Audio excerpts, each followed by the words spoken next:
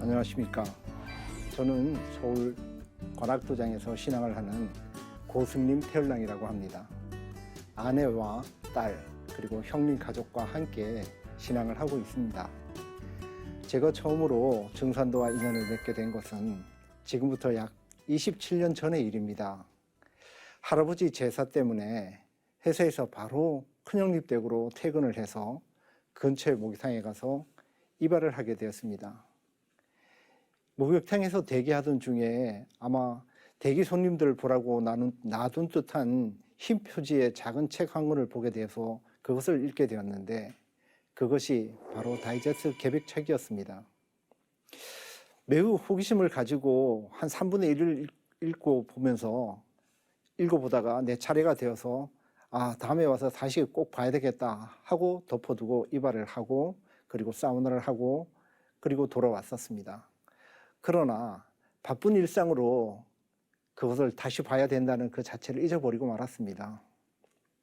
그 책에서는 하나님이 이 땅에 오셔서 9년 동안 천지공사라는 것을 하셨고 천상으로 가셨다는 것이 나왔으며 조상님을 잘 모셔야 한다는 것, 이런 것들이 저에게선 충격적이면서도 참으로 공감되게 나에게 다가왔었던 내용이었습니다. 나중에 좀 더 자세히 읽어봐야겠다고 생각을 했지만 그것을 잊어버리고 말았었던 것이죠. 그런데 몇 개월이 지난 후에 내 바로 위에 형이 너 이거 한번 봐라 하면서 책 한 권을 던져주었는데 탁 보니 제가 그때 그 사우나에서 읽었던 그 책이었었습니다. 그래서 내가 이거 내가 보고 싶었던 책이었는데 혹시 이거 사우나에서 가져온 거 아닌가 하고 물어봤더니 형이 내가 이런 사우나에서 책이나 가져올 사람이냐 임마, 잘 읽어봐라 하고 얘기를 하고 갔었습니다. 그 후 저는 이것이 개벽이다라는 상하의 책과 증산도 진리라는 책, 그 다음에 부도지 등등의 책을 읽고 형님과 같이 강남도장을 찾아가서 입도를 하였습니다. 저는 중고등학교 다닐 때 기독교 신앙을 했습니다. 고등학교 때는 저는 기독교 학생 회장을 하였는데 가까운 친구 하나는 불교 학생회 회장이었습니다. 그 친구 하나는 만나면 끝없는 교리 논쟁을 하게 되었습니다. 그래서 저는 이 친구를 이기려면 내가 불경을 봐야 되겠다라고 생각을 하고 불교 경전을 몇 번 읽었습니다. 그런데 결론은 불교와 기독교가 전혀 다른 종교가 아니라 같다는 것을 알게 되었습니다. 기독교에서 사랑하라는 말씀이나 불교에서 자비하라는 말씀이나 이웃을 사랑하고 선행을 베풀며 몸과 마음을 잘 닦아서 그 진리를 깨달아서 극락에 가고 또한 천당에 가라는 그런 말씀이 모양이 다를 뿐 근원은 같다고 생각을 했습니다. 신앙을 하는 사람들이 굉장히 구원의 부분에서 좀 많이 생각을 하게 되잖아요. 그래서 제가 중고등학교 때 기독교 신앙을 했을 때 성경을 읽으면서 이해 안 됐던 부분, 그 부분 중에 하나가 요한계시록에 나왔던 살아계신 하나님, 또 봄에 천사가 살아계신 하나님의 인을 가지고 해돋는 동방으로부터 와서 하나님의 종들의 이마에 인을 칠 때까지 너희는 나무나 바다나 짐승이나 해하지 말라 하더라 하는 그 부분이었는데 증산도 진리책을 읽으면서 그 내용들이 다 이해를 하게 되었습니다. 동방에 흰옷 입은 7 무리들이 와서 살아계신 하나님의 인을 치는 그 부분들이 저는 그 책을 읽고서 알게 되었습니다. 제가 증산도를 하면서 가장 즐거웠던 것은 아내가 증산도를 입도할 때였습니다. 제가 강남도장에 입도를 막 했을 때 아내가 언니의 권유로 가톨릭 신앙을 하고자 했습니다. 제가 중고등학교 때 기독교 신앙을 했었고 그 이후에 증산도 진리에 대한 믿음을 가지고 증산도를 선택했기 때문에 당연히 아내도 증산도 신앙을 할 것을 기대했었습니다. 그래서 제가 집사람한테 증산도 진리책을 읽어보면 증산도를 분명히 할 것이라고 생각이 돼서 한번 이 책을 읽어보라고 그리고 나서 선택을 하라고 증산도 진리책을 줬습니다. 아내가 며칠 동안 그 책을 읽었는데 사흘째 되는 날이었던 것 같아요. 제가 퇴근을 하고 났더니 퇴근을 하고 집에 갔는데 그 아내가 쫓아와서 하는 얘기가 보인다. 이제는 보인다. 이런 얘기를 하는 거예요. 그래서 그게 무슨 얘기냐라고 했더니만은 자기가 지금까지 이 책을 봤는데 그냥 건성으로 보게 됐다는 겁니다. 그래서 그게 무슨 얘기냐 했더니 자기가 지금까지 기독교 신앙인도 아닌데 예수님이 하나님 아들로 왔다는 것을 인정하고 있었고, 불교인도 아닌데 부처님이 이 세상에 왔다 가셨다는 걸 인정하고 있었는데 굳이 하나님이신 상제님께서 이 땅에 오셨다 가셨다라는 것을 굳이 인정을 못할 이유가 없다라는 것이었습니다. 그러면서 이제부터는 좀 와서 왔다 가셨다는 것을 맞다고 인정을 하고 이 책을 다시 한번 읽어보자 하고 읽어봤는데 그때부터는 책의 내용이 들어오더라는 것이었습니다.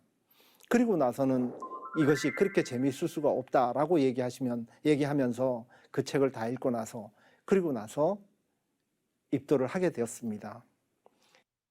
그런데 제가 직장 생활을 할 때 이 전지 작업을 하다가 나무에서 떨어져서 24번 척추가 함몰되고 꼬리뼈가 2대가 부러지는 그런 일이 있었습니다.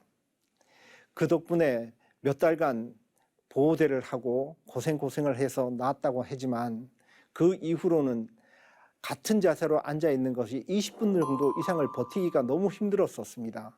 그래서 도장에서 이 수행을 할 때도 20분 이상을 버티지 못하니까 책상 다리를 하고 앉았다가 또 무릎을 꿇어서 앉았다가 이것을 반복하게 되고, 여러 사람들하고 같이 식당에서 식사를 할 때도 또한 그런 자세로 앉았다가 무릎을 꿇었다가 이렇게 해서 식사를 마치고 하니 주위의 사람들도 왜 그렇게 힘들어서 자꾸 밥을 먹느냐, 편하게 먹어라, 이런 등등의 얘기들을 하는데 사실은 저는 허리가 아파서 그렇게 먹을 수가 없었습니다. 5년 전인가요?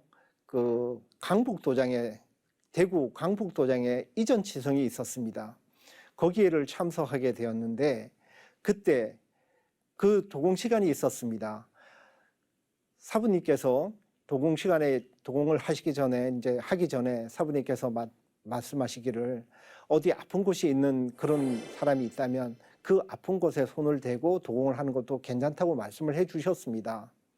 저는 그때 그 생각이 나서 도공을 하다가 그럼 나도 이 아픈 곳에 한번 손을 대봐야겠다 하고 오른손을 이 허리에 24번 척추 있는 쪽으로 돌려서 이렇게 하게 됐는데 갑자기 허리에서 아주 따끔한 그런 느낌을 얻어서 나도 모르게 손이 저절로 떨어지고 너무나 그렇게 충격적이었기 때문에 이거 좀 이상하다 하고 그럼 이번에는 왼손을 한번 대봐야겠다 하고 왼손을 돌려서 또 대면서 계속 도공을 했는데 또 마찬가지로 그렇게 꼭 대침을 확 찌르는 듯한 그런 느낌을 받았었습니다. 그래서 왼손도 갑자기 툭 떨어지고, 그리고 나서 어쨌든 도공을 마치게 됐는데 그 이후에 제가 도장에 돌아와 가지고 배례를 하게 되는데 배례를 100배를 하게 되었었습니다. 그래서 그 이후부터는 제가 앉아서 이렇게 허리를 펴고 20분이 아니라 3, 40분 정도도 이상도 있게 되게 되더라고요. 그래서 요즘은 100배례뿐만 아니라 500배례까지도 할 수 있는 그런 여유가 되고, 또 한 자리에서 계속 같은 자세로 앉아 있는 이런 일도 아주 수월하게 잘 되게 되더라고요. 저는 증산도 신앙 초기에 퇴근 후에 집에서 홍수를 모시고 수행을 했었는데요. 신앙한 지 한 3, 4년쯤 되었을 때 태상종도사님께서 도경을 내려주시고 아픈 사람들에게 신유를 해주라고 그때 말씀을 하셨거든요. 근데 그때 저희 어머님이 한평생 관절염으로 제대로 걷지도 잘 못하시고 그것도 오래 서 계시는 거는 도움이 안 되고 걸을 때마다 힘들어 하셨거든요. 그것을 형과 그리고 제 아내와 같이 신유를 하면서 어머니의 그 관절염을 고쳐드린 적이 있었습니다. 어머님은 그 관절염을 신유를 해드렸더니 그때 이제 어머님 하신 말씀이 있었어요. 내 이 관절염을 26년 동안 어떤 약으로도 고칠 수 없는데 니들이 그런 거에 뭐 그런 걸로 해가지고 이 고쳐진다라면 내가 증산도 입도를 한다라고 그때 어머니께서 말씀을 하셨는데, 먼저 어느 쪽이 더 아프냐고 저희가 물어봤더니 오른쪽이 더 아프다고 해서 오른쪽을 먼저 신유를 해드렸었습니다. 약 10분 정도 신유를 해드렸었는데, 그리고 나서 어머니 한번 걸어보시죠 라고 했더니 어머님이 일어나서 걸으시는데 이러시면서 그 다리를 구부쳐 보시고 너무 이상한지 야 그럼 빨리 이쪽도 한번 해봐라. 그래서 왼쪽을 또 다시 해드렸었습니다. 그러더니만은 그 다음부터는 저희들을 불러요. 신유해달라고. 너무 좋았답니다. 그래서 어머님은 그때 그 신유를 받고 입도도 하시고,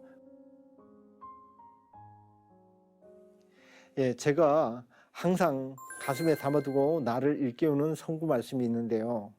그 상제님 말씀에 이제 모든 일에 성공이 없는 것은 일심을 가진 자가 없는 연고라. 만일 일심만 가지면 못될 일이 없나니 그러므로 무슨 일을 대하든지 일심 못함을 한할 것이요 못되리라는 생각은 품지 말라. 혈심자가 한 사람만 있어도 내일은 성사되느니라. 복마를 물리치는 것이 다른 데 있지 않고 일심을 잘 갖는 데 있나니 일심만 가지면 항마가 저절로 되느니라 하시니라. 8편 52장에 있는 말씀입니다. 태모님께서도 말씀하시기를 대업을 공부하자면 수마, 마신, 척신을 잘 물리쳐야 한다고 말씀하셨는데요. 모든 대소사의 성패의 결과는 결국 마신의 세력을 꺾는 데 있다는 뜻이라고 생각을 했습니다. 사람은 앉으면 눕고 싶고 누우면 자고 싶고 또 공부하려고 하면 또 자고 싶고 매 순간순간에 사람의 마음이 12가지로 변하고 있는데 한 마음을 잘 가지기가 정말 죽기보다 어렵다고 생각을 합니다.